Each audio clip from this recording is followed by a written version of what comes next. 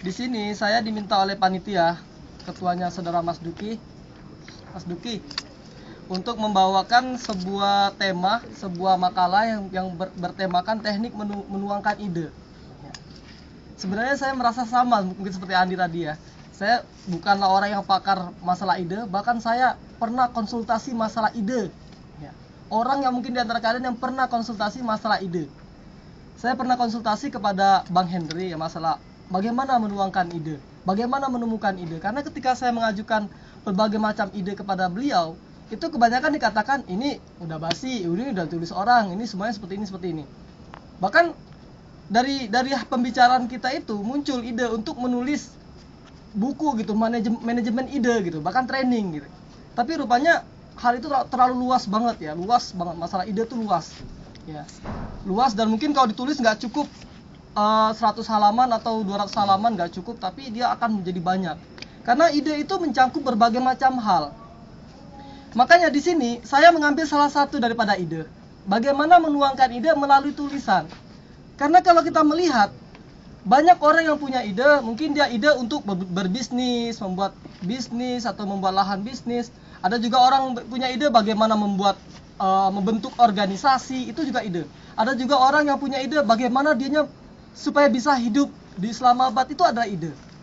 Dan yang saya fokuskan di sini, makanya saya ubah tema yang diajukan oleh panitia menjadi motivasi membangun kebiasaan menuangkan ide melalui tulisan.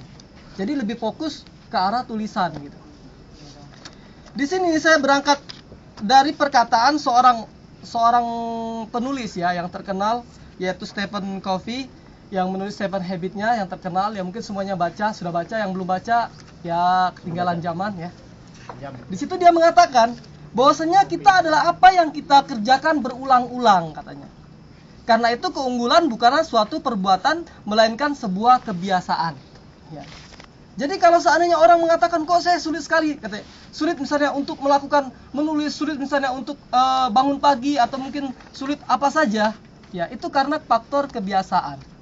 Kita melihat mungkin yang suka bola, David Beckham ya, katanya dia itu kalau menendang tuh dahsyat, ya bahkan goyang katanya gawangnya. Itu mengapa? Karena rupanya dia faktor kebiasaan juga. Dia sering latihan nendang bola, di situ digantungkan ban, ditendang masuk, latihan terus. Nah itu.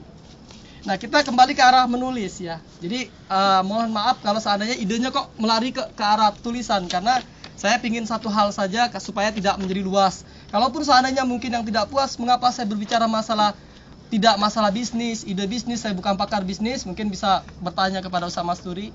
Atau mungkin masalah organisasi bisa tanya kepada orang-orang aktivis yang mungkin Andi sendiri MPA atau mungkin Kholik, PKS dan sebagainya.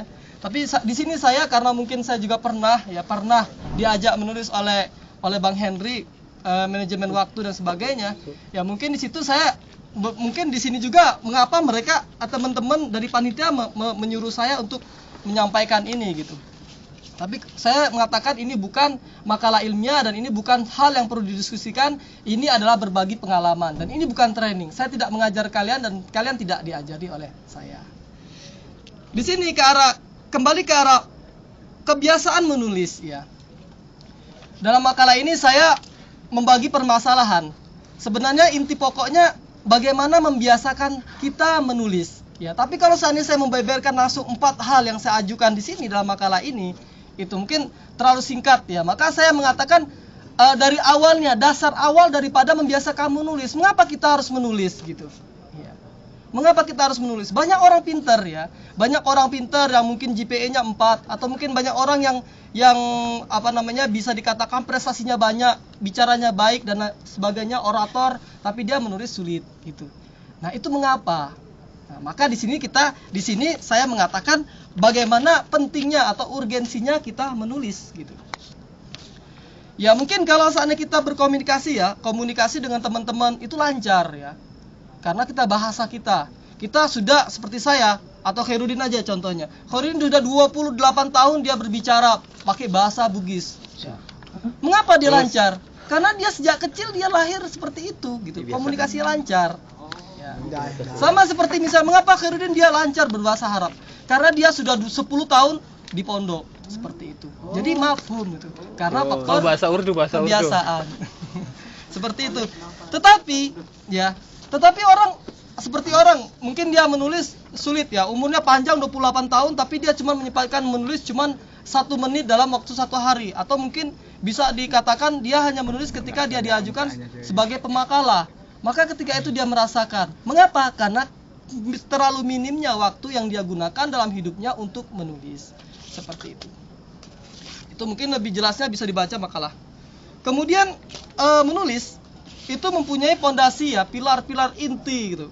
Ya, kalau seandainya dalam Islam ada pilar rukun Islam itu sebagai inti pondasi-pondasinya, maka dalam menulis pun punya 3 hal, ya. 3 hal yang menjadi inti pokok yang mendukung daripada orang menulis gitu. Ya. Pertama, dengan menulis itu kita bisa mengubah dunia gitu. Ya. Orang-orang banyak gerakan-gerakan atau mungkin isme-isme atau mungkin pemikiran-pemikiran itu tersebarnya melalui tulisan. Marxisme tersebarnya sampai ke Indonesia karena tulisan dan sebagainya ya. Dan sebagainya. Kemudian juga mengubah dunia ya. Kedua, dengan menulis, aktivitas menulis secara nyata telah terbukti memperkaya kehidupan politik. Nah, politik, sosial atau sebagainya dalam suatu negara ya. Contohnya Pakistan lah, paham kalian. Pakistan mengapa dibolehkan membajak buku? Itu untuk memperkaya kita. Politiknya juga macam-macam, mantap gitu. Tapi ada seperti di Bulu Area ya, situ contohnya di kasus. Itu ada suatu percetakan yang tidak mau mencetak buku politik sama sekali, dia bilang. Mengapa? Karena rupanya politik itu sangat mungkin sensitif ya. Gak tahu kalau kita ini di PKS kita juga termasuk berpolitik ya. Tapi semoga aja kita tidak, walaupun kita masuk PKS bukan berarti kita berpolitik, tapi kita bertarbiyah aja lah gitu. Ya. Kemudian yang ketiga, dengan menulis kita mengungkap hal-hal yang belum kita ketahui.